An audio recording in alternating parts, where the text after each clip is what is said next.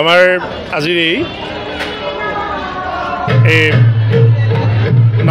অক্টোবৰ মাহৰ 5 তাৰিখে আমাৰ এই মানসাত বৃহত্তৰ মালসাত অঞ্চলৰ সমূহ যুৱতীসকল একত্ৰিত হৈ গাঁৱৰ যুৱ প্ৰজন্মৰ লগতে মালসাত গাঁৱৰ সমূহ ৰাইজ একত্ৰিত হৈ পোনপ্ৰথমবাৰৰ কাৰণে যাতে আমাৰ নাৰী কোনো গুণে যাতে অন্যান্য দেশৰ দৰে কম নহয়, শিক্ষা দীক্ষা সংস্কৃতি যাতে সকলোতে আমাৰ নাৰী আগবাঢ়ি যাব পাৰে, তাৰ এটি প্ৰথম পদক্ষেপ আমি ইতিমধ্যে আমাৰ মালসাত বৃহত্তৰ মালসাতবাসীয়ে এইবাৰ গ্ৰহণ কৰিছে। আশা ৰাখিছোঁ আমাৰ আজি এই মালসাত গাঁৱৰ সহযোগত যুৱতীসকলৰ দ্বাৰা কৈকশী নন্দনৰ লংকালাভ নামৰ এই নাটভাগী প্ৰগতিবাদী যুৱ সংঘৰ ৰংগমঞ্চত প্ৰায় 2000ৰো অধিক আমি ইতিমধ্যে ভকত বৈষ্ণৱে নাট দৰ্শন কৰিছে।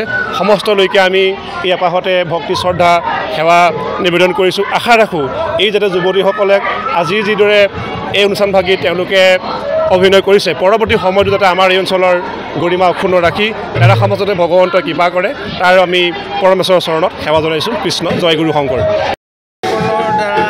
আমি নাটকভাগ অনুষ্ঠিত কৰিবলৈ লোৱা হৈছিলে, কিন্তু তাৰ অসুবিধা হেতু আমি আমাৰ ৰংগমঞ্চত প্ৰগতিবাদী যুৱ সংঘৰ ৰংগমঞ্চত আমাৰ যুৱতীসকলে এই কৈকশী নন্দন ৰাৱণৰ মুক্তি লাভ নাটকভাগী অভিনয় কৰিছে।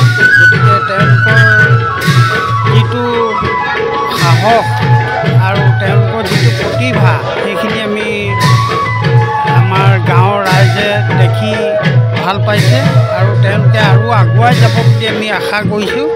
গতিকে এইখিনি আমাৰ তেখেতসকলৰ আমাৰ যুৱতীসকলৰ কাৰণে আমি আনন্দ পাইছোঁ আৰু গতিকে তেওঁলোকক ভৱিষ্যত উজ্জ্বল কামনাৰ বাবে মই তেখেতসকললৈ আন্তৰিক শুভেচ্ছা জ্ঞাপন কৰি মই আজি